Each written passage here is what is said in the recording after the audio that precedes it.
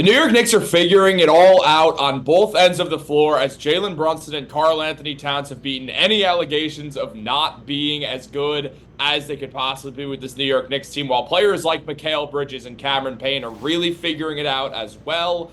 And it just feels like the Knicks are really getting this teamwork down and have just made themselves a way more efficient team that's now just winning all the games they should be winning. And we don't even have to worry about it that much as so many of these are blowouts. So what's up, guys? Welcome back to Knicks Digest. It's Chris and Dariel here, and we're going to jump right into things as always. But also, guys, make sure to subscribe to the channel. 29% of viewers are subscribed. Let's get that up to 30. We're so close. Then after that, we could start worrying about the road to 10K, Dariel. We're almost there, 8.5 thousand right now. But we're here to talk about the Knicks. And I mean, Dariel, the Knicks, they beat the Phoenix Suns. It's another day, another win. Like, this is what the Knicks have been like for a bit now. They're really seeming to figure it out. And it's all of them. I mean, Brunson's putting up 21 shots in a game. He had 36 points. And then Karl Anthony Towns is putting up 19 shots in a game. He had 34. And, like, we're seeing these guys just completely figure it out. I mean, Josh Hart, 19 points, 11 rebounds, 6 assists. Mikal Bridges and OG Anunoby looking awesome on the defensive end against the Phoenix Suns team that even without Kevin Durant or Bradley Beal is still a very dangerous offensive unit. So just seeing them play well and seeing Mikal and OG knowing their roles when Brunson and Towns are just on fire.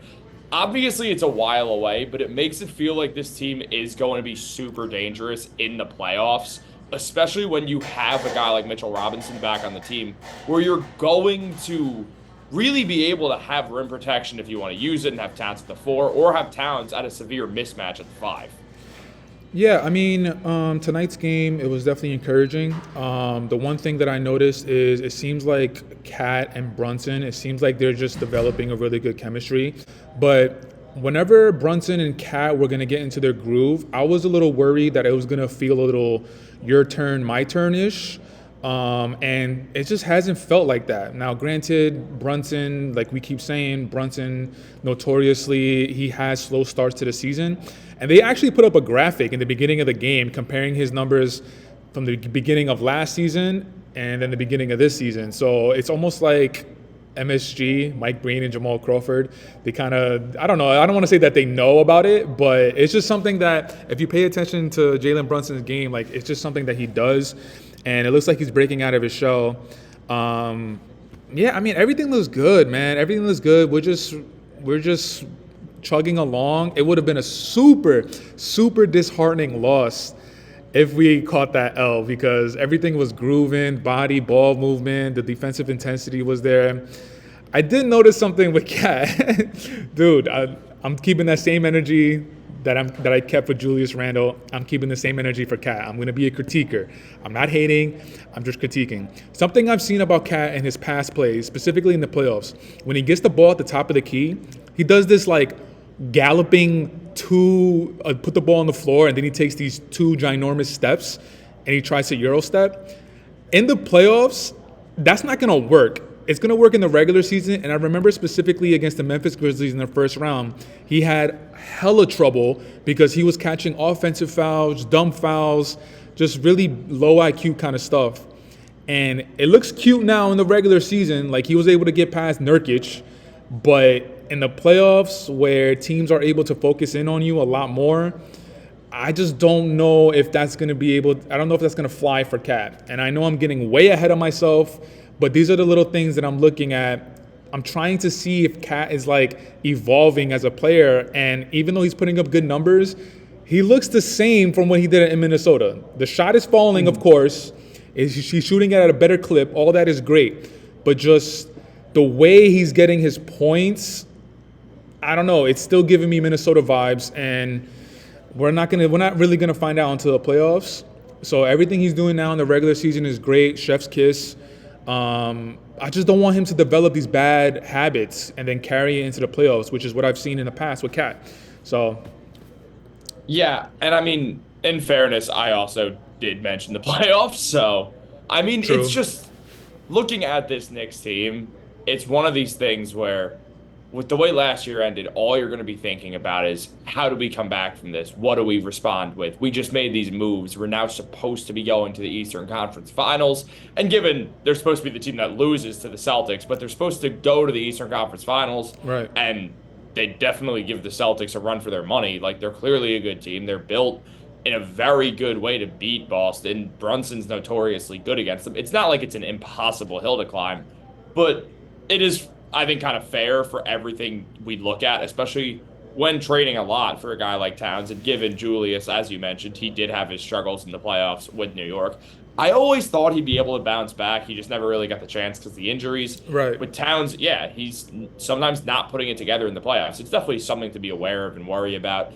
And I think maybe part of the reason that, like, I'm a little less concerned than I maybe should be, or is less concerned that you are in the sense of, like, we're seeing Towns play center this season so far. Like, if he's a center, things do change. The way that he'll play is going to change. And I mean, on this season alone, playing literally every minute of this season as a center, he's averaging 27 points per game with 12 rebounds and 3 assists. The 0.7 blocks per game as a center, you don't want to see it. But he's shooting 55% from the field and 50% from three. Having a point guard like Jalen Brunson setting him up and getting this pick and roll down, I think it's becoming this huge factor of we have a 7-footer who can score from anywhere on the floor with a 70% true shooting. Like, this guy's absurd. Yeah, no, he's balling, and like I don't want to take anything away from him. He's absolutely balling. Regular season, so hopefully he keeps this up. Hopefully he keeps up the momentum into the playoffs. Super random. I wasn't able to get on the post game on Monday with the Washington Wizards W. Did that dunk by Jericho Sims, did that poster change your mind at all about Jericho Sims, or not even? I liked the game that he played outside of it. I think Sims has been, I'm not saying that I'm a big Sims supporter, you know that I'm not, but the game itself was a fine backup center game, but that poster was fun. That poster was nasty, bro. That poster was unbelievable. Nasty. I watched, oh man, obviously we see a lot of Sims because Tibbs trusts him, and right now he's the first big man coming off the bench. I also have a video on that coming out tomorrow. Yo, it's just like, I just feel like he needs that little, I feel like the poster on Monday, I felt like that was going to propel him to like really open up. But we're just getting a little bit more of the same with Jericho Sims. I mean, maybe as the next couple games go, maybe we'll see him open up more.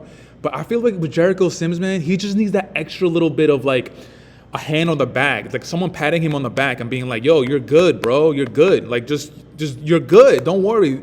I feel like dude, the amount of times I've seen him just like walking with his head down, I really think he looks like Coach Tibbs every single time.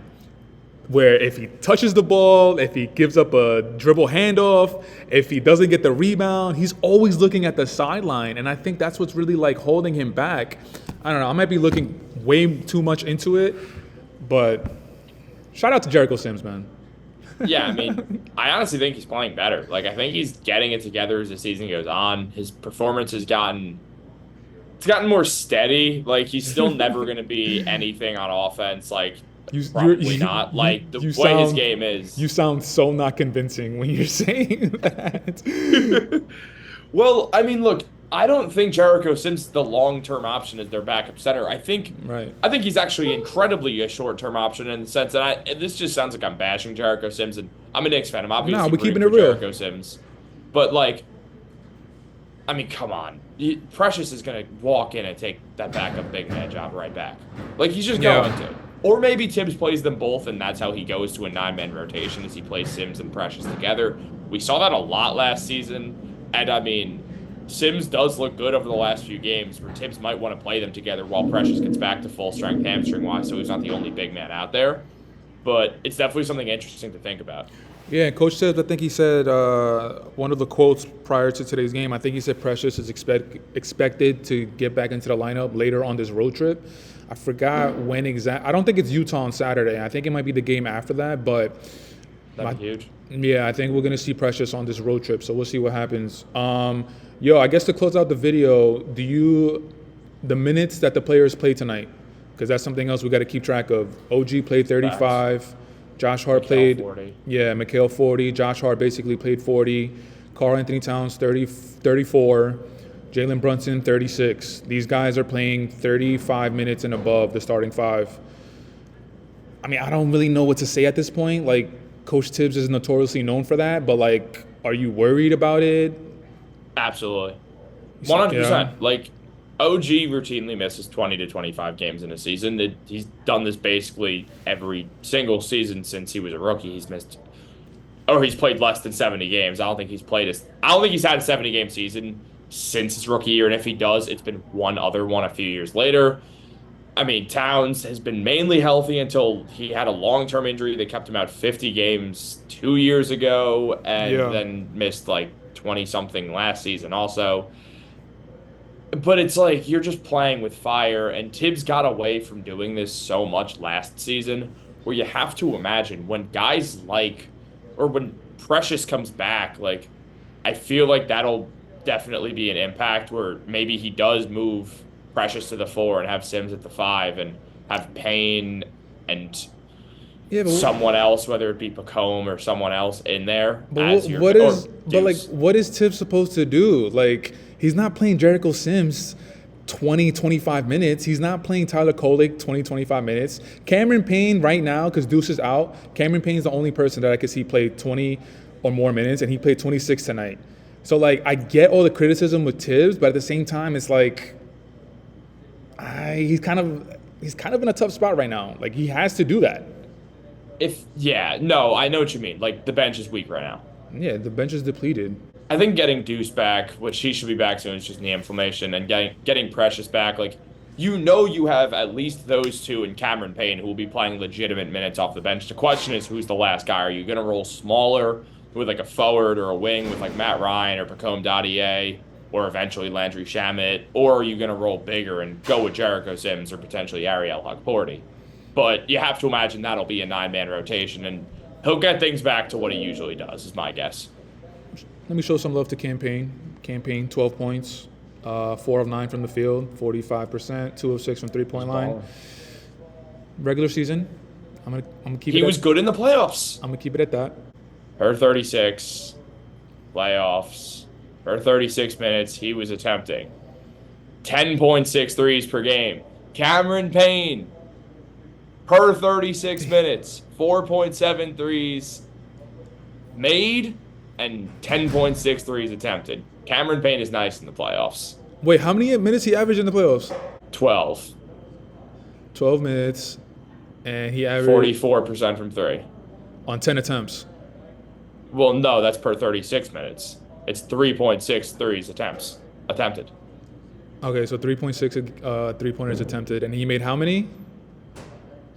He made 1.6. It's 44%.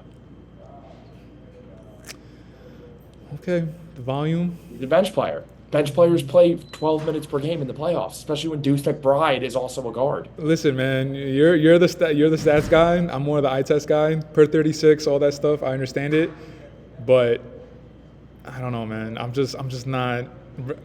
All this regular Such season a stuff former is good. professional athlete answer. I'm old school, bro. I'm old school, man. I'm eye test, dog. I'm old school. I'm sorry to say, but that's it for today's video, guys. For Chris and I, we want to say, of course, Jalen Brunson for all the MVPs. The Deuce is loose for co-MVP. We need you back, Deuce. Get back, and hopefully you have a speedy recovery. Mikal Bridges for Defensive Player of the Year. Taj Gibson, it's always, forever, Taj Gibson for President. For Chris and I, guys, we'll check you out in the next video. Peace.